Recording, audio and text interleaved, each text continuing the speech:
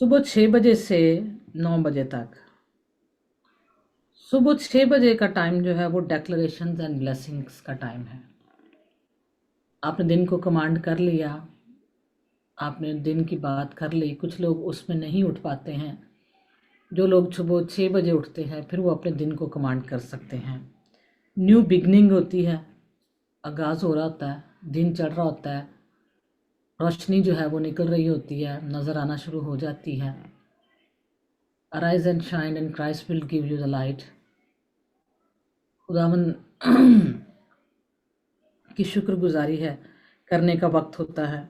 इसी समय आप अपने बच्चों के लिए अपनी ज़िंदगी पर वचन को बोलें।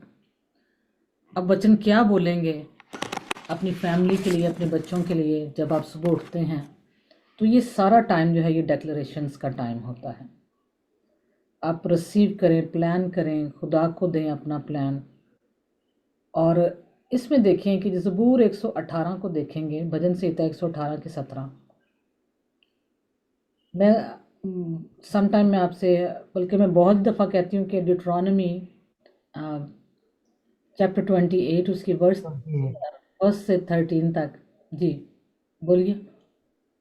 नहीं, मैं भी वही बोल रही थी, चैप्टर 28। हाँ जी, 28। तो मैं बार बार कहती हूँ कि ये आप सुबह 6 बजे इसको डिक्लेयर किया करें अपनी फैमिली के लिए, अपने हर काम काज के लिए। आप देखेंगे कि उसमें सारी वर्सेस ऐसी लिखी हुई हैं कि जो आपकी ज़िंदगी से ताल्लुक़ रखती हैं, जो आपकी दिन भर की ज़रूरत है, जो आपकी ज़िंदगी की ज़रूरत है। इसको पढ़ लेते हैं, मेरा ख्याल है। जी सोनिया, आप इसको पढ़ेंगी? अस्तना 28वां बाब, ड्यूटरॉनमी चैप्टर 28।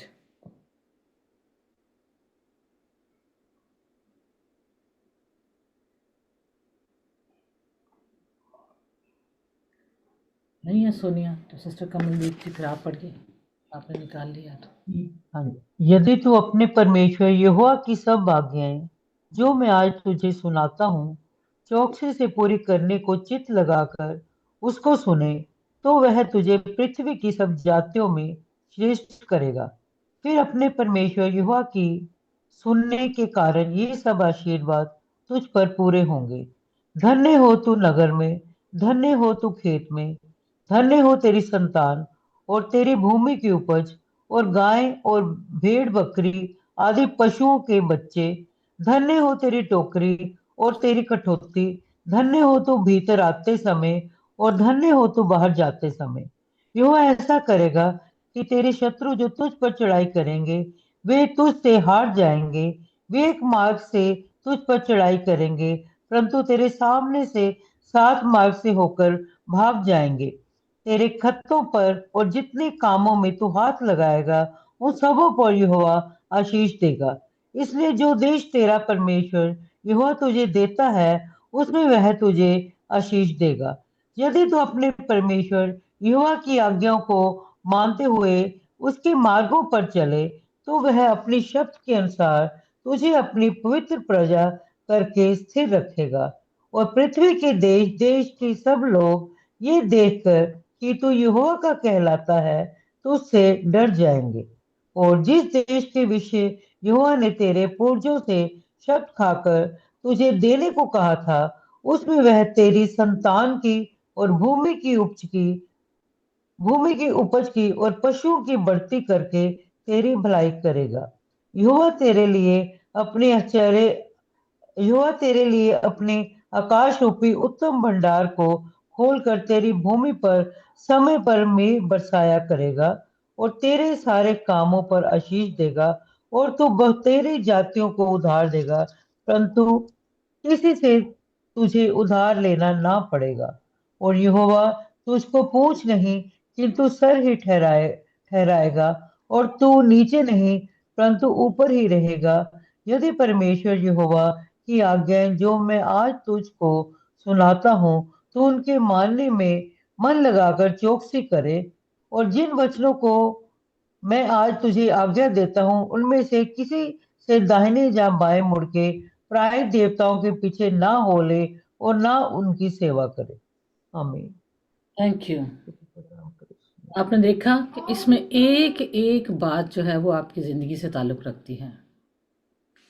आपकी अपनी ज़िंदगी है, फिर आपकी घर की ज़रूरतें हैं, आपका किचन भी इसमें आता है, आपके घर में जितनी चीज़ें हैं वो भी इसमें आती हैं, आपकी जॉब इसमें आती है, आपसे जो लोग विरोध रखते हैं उनके बारे में भी बात की गई है, फिर आप घर के अंदर हैं, घर के बाहर हैं, इसकी भी बात की गई है।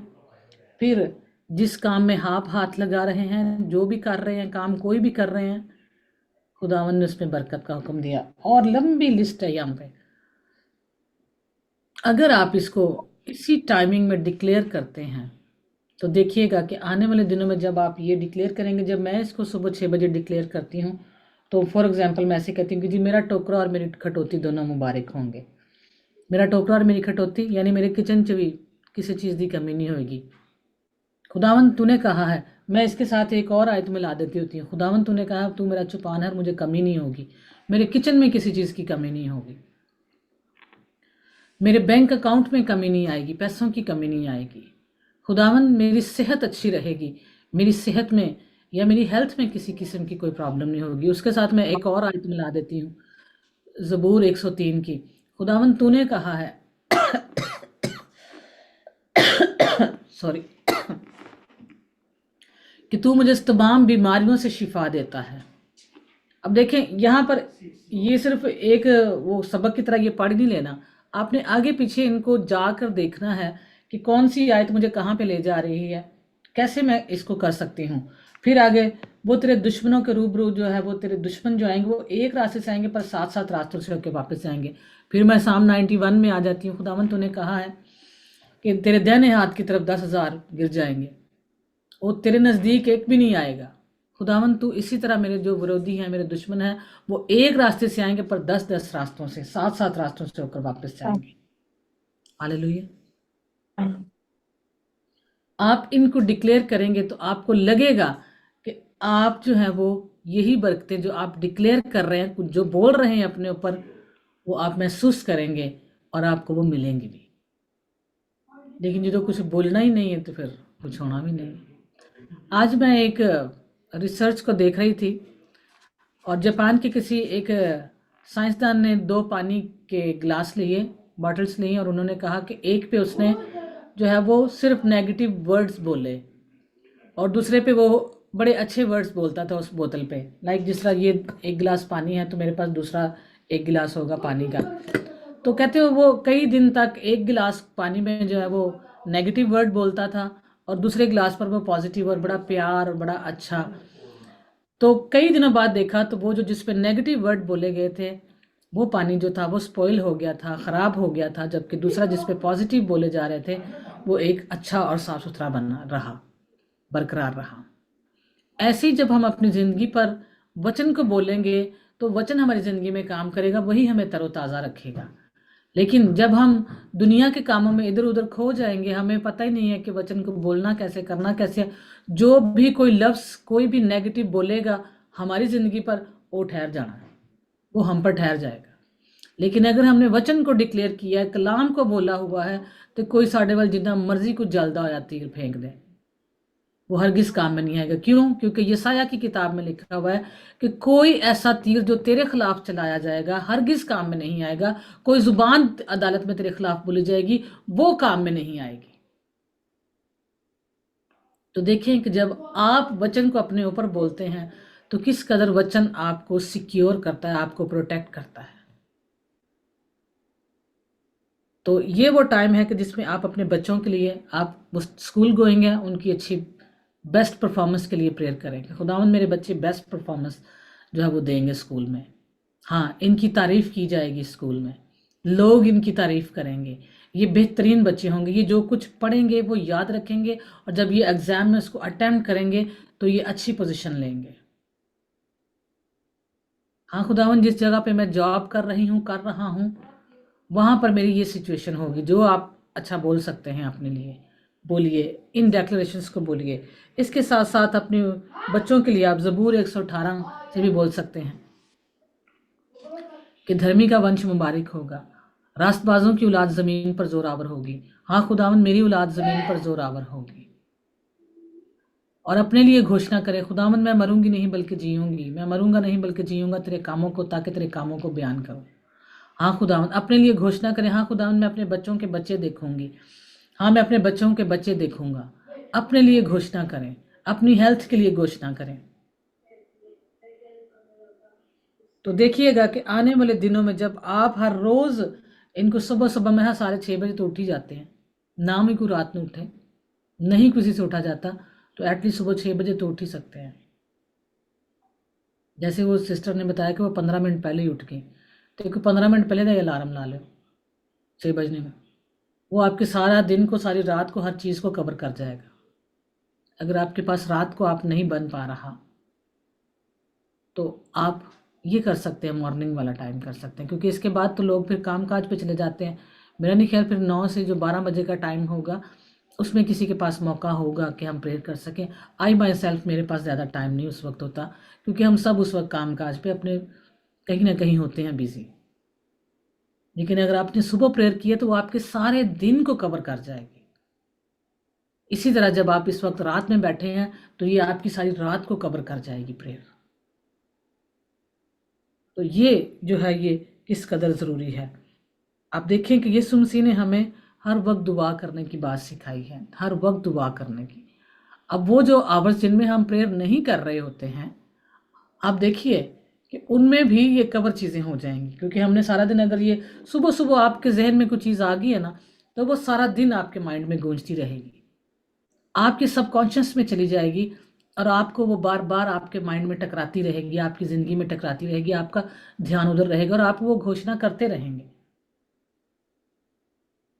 इसके साथ मेरे साथ देखिए ज़बूर 118 उसकी 17वीं आयत को एक पद पढ़े, फिर ज़बूर 112 उसकी दूसरी आयत को पढ़े, ज़बूर 128 को भी डिक्लेयर किया करें, इसको भी पढ़ेंगे हम, और फिर हम जाएंगे दुआ में।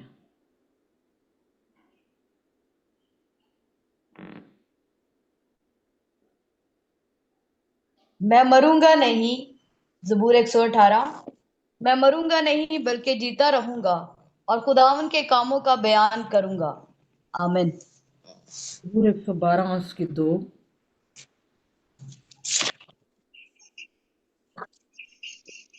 उसका वंश पृथ्वी पर पराक्रमी होगा, सीधे लोगों की संतान आशीष पाएगी।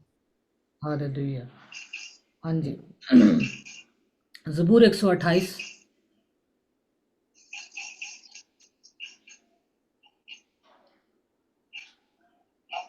वर्स मुबारक है हर एक जो मुबारक है हर एक जो खुदावन से डरता है और उसकी राहों पर चलता है। तो अपने हाथों की कमाई खाएगा, तो मुबारक और सादतमंद होगा। तेरी बीवी तेरे घर के अंदर देवदार ताक की मानिंद होगी, और तेरी औलाद तेरे दस्तरखान पर जैतून के पौधों की मानिंद। देखो, ऐसी बरकत उसी आदमी को मिलेगी जो खुदावन से डरता है। खुदावन सयोन में से तुझको बरकत दे और उम्र भर यरूशलेम की भलाई देखे, बल्कि तू अपने बच्चों के बच्चे देखेगा, इसराइल की सलामती हो। हाँ जी, ज़बूर 19 और 91 है, उसकी 11 वर्स है।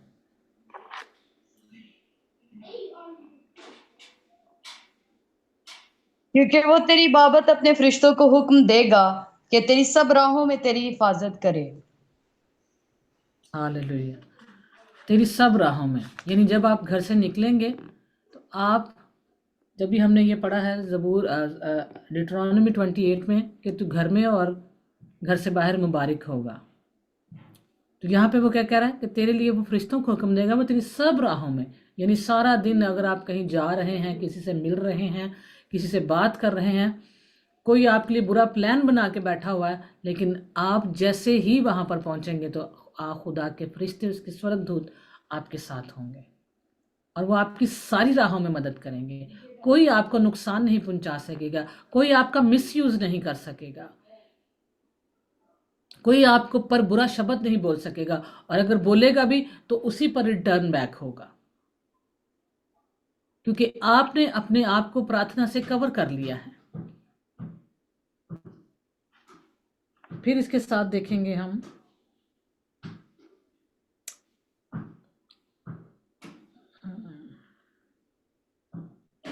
नहीं, ज़बूर 128 सॉरी हमने पढ़ लिया। तो आप देख सकते हैं कि सुबह की प्रार्थना कितनी ज़रूरी है। आप में से कितने लोग हैं जो सुबह सुबह 6 बजे के बीच में प्रेयर करते हैं? तो क्या आपको पता था कि 6 बजे के बीच में ये चीज़ें हमें डिक्लेयर करने की चाहिए? हाँ जी, मॉर्निंग डिक्लेरेशन ही करते हैं। और ये मैं ऐड करते जा रहे, जैसे आप हमें बताते जा रहे हैं, जैसे व्यवस्था विवरण का बताया, तो वो हमने ऐड करते जा रहे हैं बीच में। हम्म। ऐसे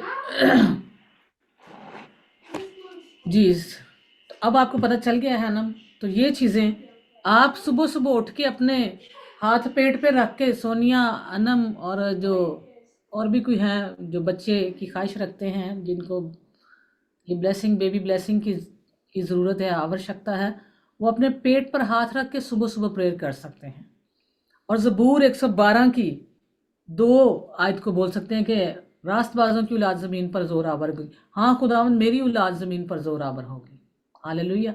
अभी से इसकी घोषणा करना शुरू कर दें, खुदावंद मेरी औलाद ज़मीन पर ज़ोर आवर होगी, मैं अपने बच्चों के बच्चे देखूंगी। हालेलुया। जो चीज़ अभी नहीं है, स्पिरिचुअल रैलम में आपके लिए सब कुछ सेट हो गया है। कहना शुरू करें तो आपके पास होगा। मैं आज दोपहर में प्रार्थना कर रही थी तो मैं कह रही थी, खुदावन मैं जानती हूँ कि आप मेरे सारे हालात में वर्क कर रहे हैं। वो चीज़ जो मुझे चाहिए थी वो मुझे नहीं मिली है, लेकिन मेरा विश्वास है कि आप इस पे काम कर रहे हैं। ये मेरे लिए हो चुकी है। आपके सामने ही है ना। देखें कितनी, क्या मैंने प्रेयर नहीं की थी? आप लोगों ने प्रेयर नहीं की थी? स्पिरिचुअल रैलम में वो सब कुछ सेट है, but we need to declare. सीखने की ज़रूरत है। और अगर आप सुबह 6 बजे ऐसा नहीं करते थे, बस उठ के थे, बस ठीक है जी, खाना शाना खादा, हांडी रोटी की तो अपना नाश्ता किया तो काम पे चले गए, पता नहीं है। लेकिन अगर आज आपको इस चीज़ का पता चल गया है, तो आप जो चाहते हैं कि आपके लिए हो, वो 6 बजे सुबह उठ के कहना शुरू कर दें। ये आपको मैंने ऑलरेडी इसकी इंस्ट्रक्शंस दी हुई हैं कि ये नहीं कि 6 बज के 1 मिनट हो गया तो जाके बैठना, 6 बज के 5 मिनट हो गए तो बैठना। 5 मिनट पहले बैठना आपने, ताकि आप उस दरवाजे के अंदर एंटर कर सकें जो खुलने वाला है। मैंने इसकी एग्जांपल्स भी आपको दी थी, 10 कुमारियों की भी और वो 38 बरस का बीमार जो शख्स था उसकी भी। आप 5 मिनट पहले बैठें प्रार्थना में, ताकि आप अगले 3 घंटों को कवर कर सकें। अगले 3 घंटे आप नहीं भी प्रार्थना में बैठते हैं तो आप उसी यानी कि भी कह लें कि भी गेट के अंदर ही रहें, आप लॉक हो जाए अंदर। उस बरकत जो उन 3 घंटों में बरकत रिलीज हो रही है, एटलीस्ट आप उसके अंदर रहें। मैं आज दोपहर में जब खाना बना रही थी, मेरी 3 बजे की प्रेयर का टाइम हो गया, तो मैंने देखा 2 मिनट रह गए थे 3 बजने में। तो मैंने फौरी तौर पे मैं अपने कमरे में आ गई। तो मेरे हस्बैंड ने देखा कि ये फौरी तौर पे चली गई है, तो मुझे ये था कि मैं ज़रा जल्दी से एंटर हो जाऊँ, फिर मैं आके अपना खाना जो है ना वो कंटिन्यू करूँगी और मैं साथ साथ प्रेयर भी करती रहूँगी। लेकिन मैंने देखा, तकरीबन मैं कुछ 4 मिनट बाद बाहर आई, तो मेरे ज़हन में आया कि मैंने तो चूल्हा नहीं बंद किया था। तो मेरे हस्बैंड ने चूल्हा ऑलरेडी बंद कर दिया था, उन्हें पता था कि अब ये गई है। तो मैं अक्सर घंटा घंटा फिर नहीं निकलती हूँ कमरे से बाहर। लेकिन ठीक 4 मिनट बाद मुझे याद आया, तो मैं फौरी तौर पे किचन में गई और मैंने देखा तो चूल्हा बंद था। और मैंने अपने उस टाइम में से कभी बाय चांस अगर कभी को मिस हो जाए, मैं अगर ड्यूटी पे हूँ, किसी से बात कर रही हूँ, तो वो ऐसा हो जाए तो हो जाए, वरना मैं उस घंटे में एंटर करने से पहले 2-3 मिनट पहले ही खुदा के फरिश्ते मुझे टाइम दिखा देते हैं कि भाई टाइम हो गया। चाहे मैं लास्ट मोमेंट पे, चाहे पूरे 3 बजे हों, मैंने जल्दी से एंटर कर देना होता है। मैं मिस नहीं करती हूँ आगे। चाहे मैंने आपको बताया ना, चाहे आप 7 मिनट्स लाजमी प्रेयर करें, उसके बाद आप उसी में लॉक रहेंगे। आप अपने काम भी करते रहें, प्रेयर भी करते रहें। तो इसको मिस नहीं करें। तो अगर आप सुबह 6 बजे उठते हैं या 6:30 बजे उठते हैं, तो कोई 15 मिनट पहले उठ जाओ, कोई फ़र्क नहीं पैना, सोना ही है। रात को भी सो सकते हैं, दिन में भी कभी आपको टाइम मिले तो आप छोटा सा कर सकते हैं। मैं अक्सर लोगों को कहती होती हूँ एटली घंटे घंटे की फोन कॉल है इहदे नालों बेहतर है तुसीं प्रार्थना कर लो।